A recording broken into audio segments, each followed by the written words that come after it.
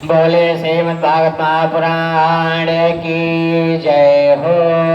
आज के आनंद की जय हो। बोले रामचंद्र भगवान की जय हो। तो कल हमारी कथा विश्राम हुई थी।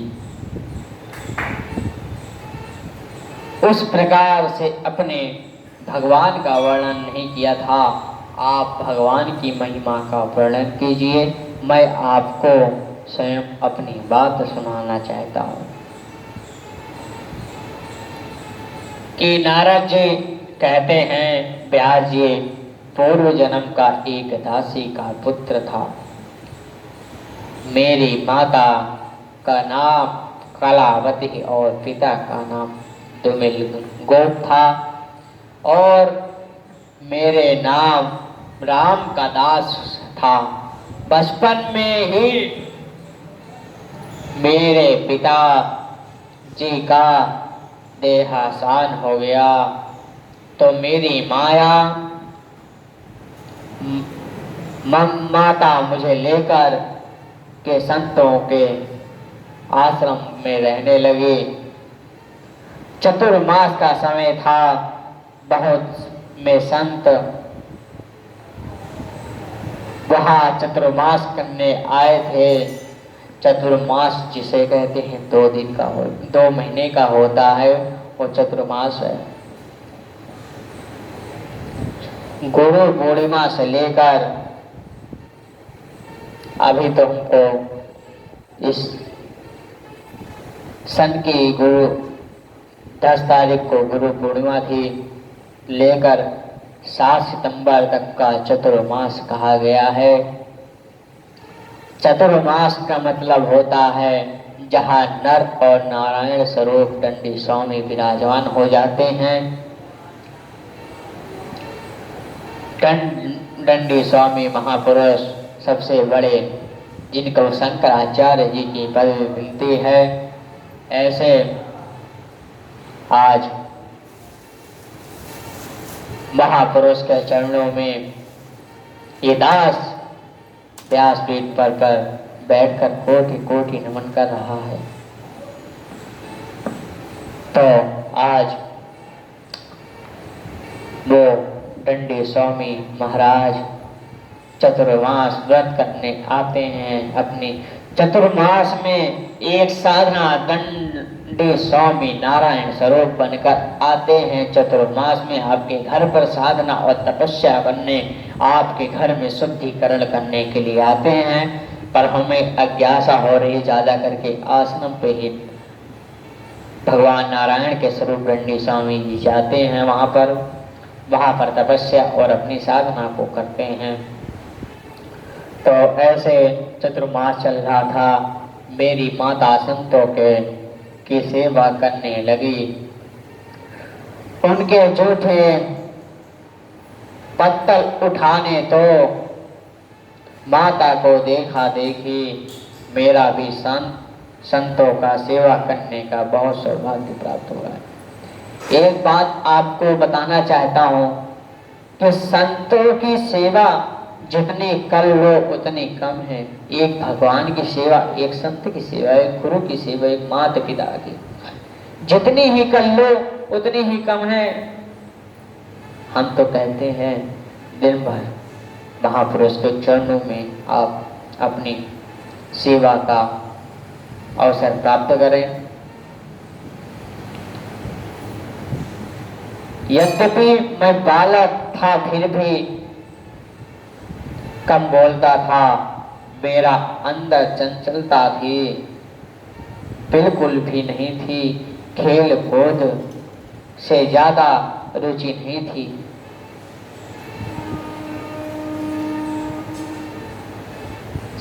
संतों की सेवा करता, संतों की पत्तल में बचा हूँ। जो उद्दिष्ट था उनको मैं पता, जिसका मेरे कलमश पाप नष्ट हो गए और मेरे बुद्धि निर्मल हो गई। कथा में मेरी रुचि होने लगी। संतों के प्रति श्रद्धा बढ़ने लगी। तो नारद जी महाराज कहते हैं, मेरी बढ़ती श्रद्धा को देखकर मेरी माता की चिंता भी बढ़ने लगी। तो वो संतों के पास आई और बोली, महाराज जी, मेरा एक छोटा बेटा है, मेरी आंखों का तारा है, आप उसे बाबा जी मत बनाना। संत बोले, फिर क्या बनाए? संत बोले, बेटी तुम चिंता मत करो, मैं तुम्हारे बेटे को बाबा नहीं बनाऊंगा। चतुर्मास का समय पूरा हुआ, संत जाने लगे। नारद जी बोले, महाराज जी,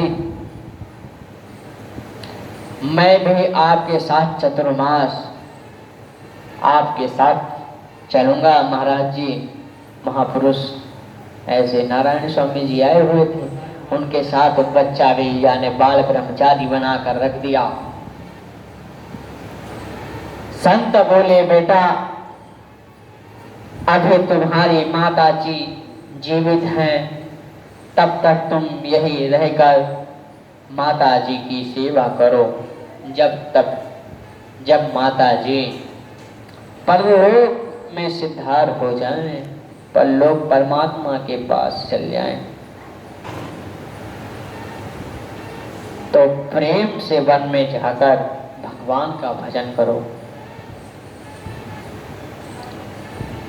तब तक के लिए हम तुम्हें एक मंत्र दे रहा हूं, उसको जपते ही रहना। तुम यही कहकर इसका जप करो। संत नारद जी को मंत्र दिए, भगवान के वासुदेव प्रद्युम्न अनिरुद्ध के संघर्ष स्वरूप चतुर्विही स्वरूप को बार बार प्रणाम है।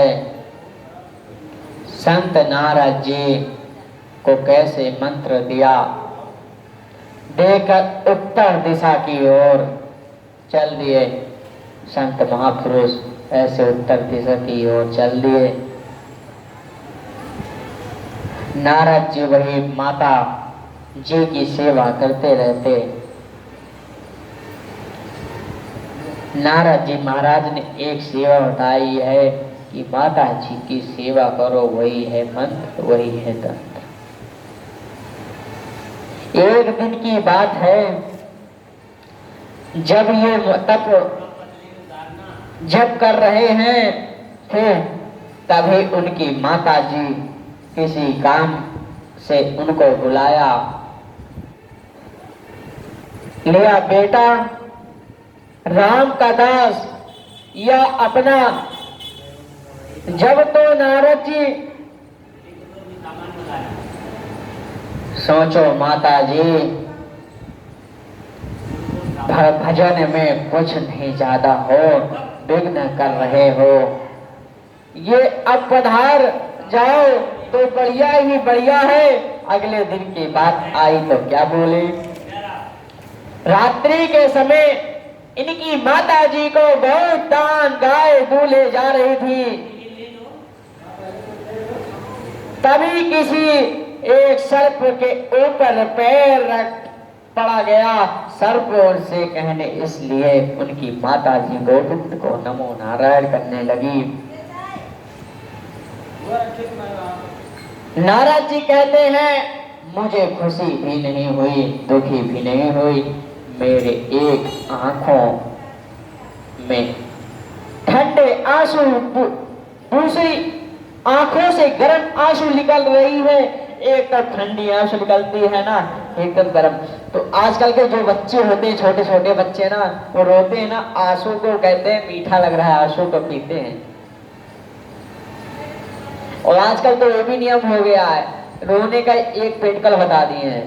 आदमी पानी लगा लेता है ना आँख पे, तो आंसू तो आदमी सोचता है कि बच्चा रो रहा है। फिर जैसे ही बच्चे को अपने साथ खिलाएंगे तो वैसे ही बच्चा अपने खुश हो जाएगा। ये तो ऐसा नियम चल रहा है आज कलयुग में।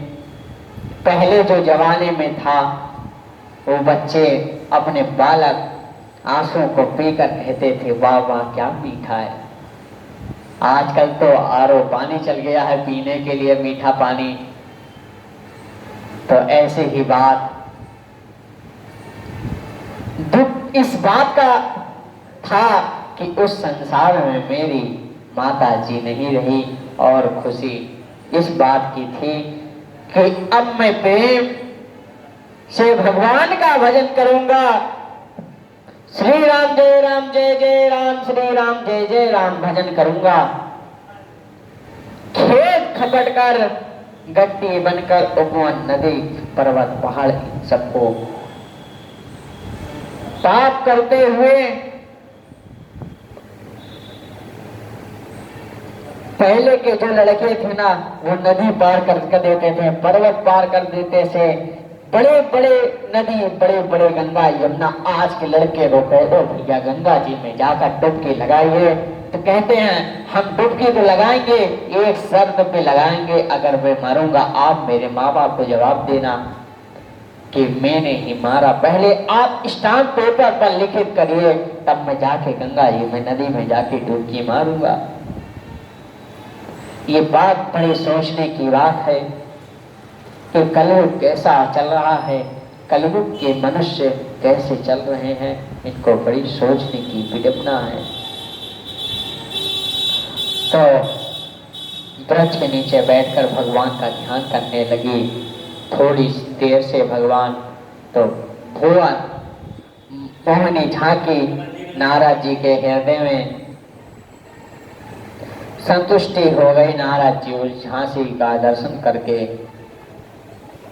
भव विभोर हो गए। अभी रचना से वो झांकी इनके सामने का अंतर ध्यान हो गई। नारद जी व्याकुल हो गए। नारद जी कहते हैं प्रभु आपने एक बार अपने आप एक दुर्मुख का मुख दर्शन करा के अपने स्वरूप को द्रोहित क्यों कर लिया। प्रभु इस भाग्य सागर से चलते फिरते गिरते पड़ते हुए शरण में आ गए।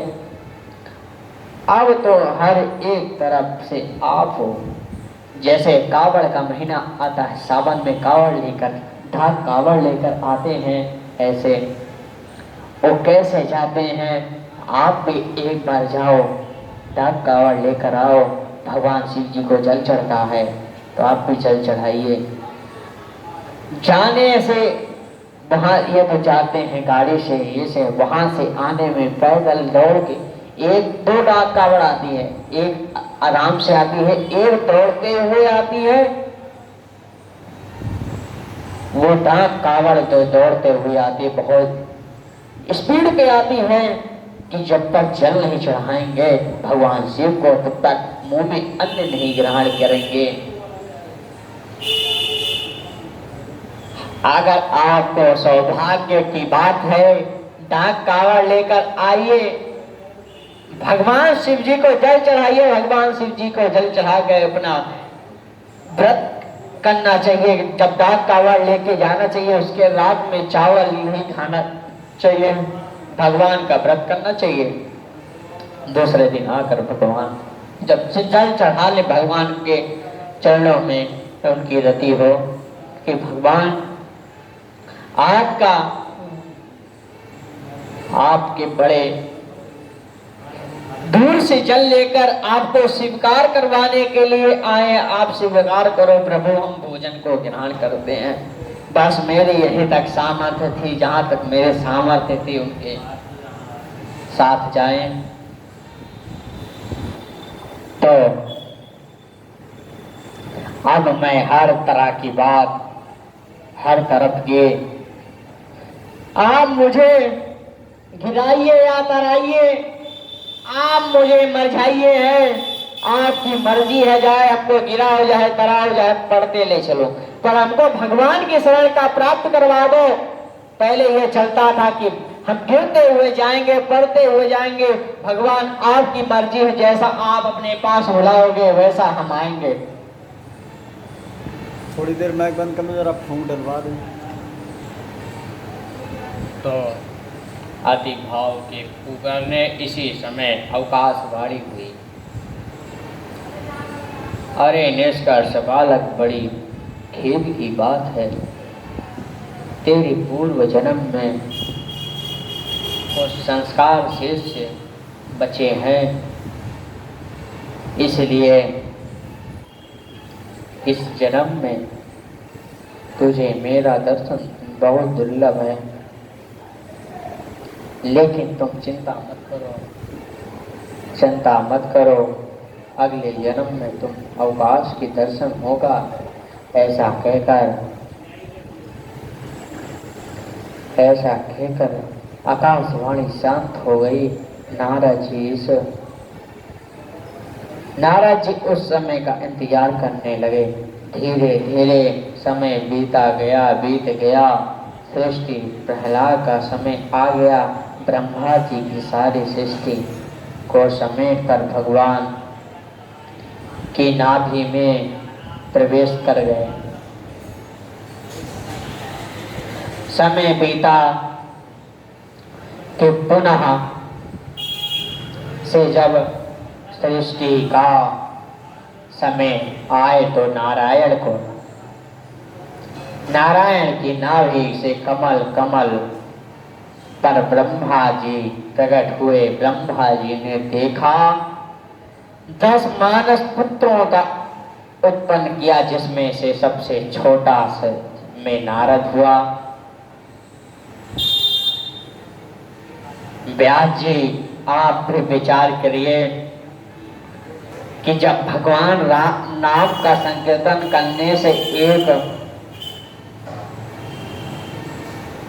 एक दासी का पुत्र देव ऋषि नारद जी बन सकता है, तो आपकी चिंता भले क्यों दूर नहीं हो सकती है। तो नारद जी कहते हैं, व्यास जी, ये जो मेरे हाथ में वाणी देख रहे हैं, यहाँ बीड़म दीना ईश्वर नारायण देवता, इसमें स्वयं भगवान ने मुझे दी है, जिसमें मैं आज उनकी महिमा का काम करते रहते हैं। जब तब भगवान को पुकारते हुए श्री हरि मेरे चिंता को आकर समृद्ध हो जाओ। जिसलिए भगवान प्यास जी, भगवान की महिमा की करिए। आपकी खिन्नता का सिर्फ यही कारण है आपकी खिन्नता का। नारद जी व्यास जी को 4 श्लोकों में दिया। नारायण नारायण करते हुए चल दिए। सूत जी कहते हैं, ब्रह्मा नदी इस सरस्वती के पश्चिम तट पर व्यास जी ने आश्रम है। व्यास जी का आश्रम कहाँ है? ब्रह्मा नदी सरस्वती पश्चिम तट पर व्यास जी का आश्रम बना हुआ है। तो आज वही आश्रम में बैठकर व्यास जी महाराज 18,000 श्लोकों का वर्णन भागवत की संहिता तैयार किया, विचार किया। इसको जो पढ़े, किसको पढ़ाने का अधिकार हमारा, निवृत्त पढ़ाने का अधिकार दिया गया है। पराया सुखदेव ही हैं, लेकिन वो जन्म लेते ही वन की ओर चल रहे सुखदेव जी महाराज।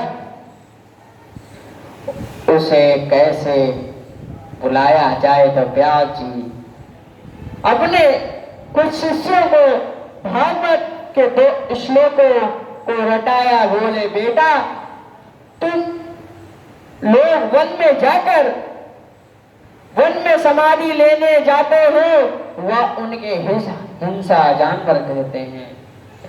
जब तक तुमको डराए लोग तो तुम वही इनके श्लोकों का गान। शिष्य बोले, जो आज्ञा गुरुदेव। आपकी आज्ञा को मैं स्वीकार करूंगा, जो आप आज्ञा बोलोगे वही गुरुदेव मैं स्वीकार करूंगा, अपने ऊपर उतारूंगा। तो समाधि, एक दिन शिष्य समाधि लेने का उधर ही चला गया। जिधर सुखदेव जी महाराज समाधि लेकर बैठे थे, तो गुरुदेव भगवान सूत जी को देखकर ये बालक डर गया, क्योंकि स्तुति कहती है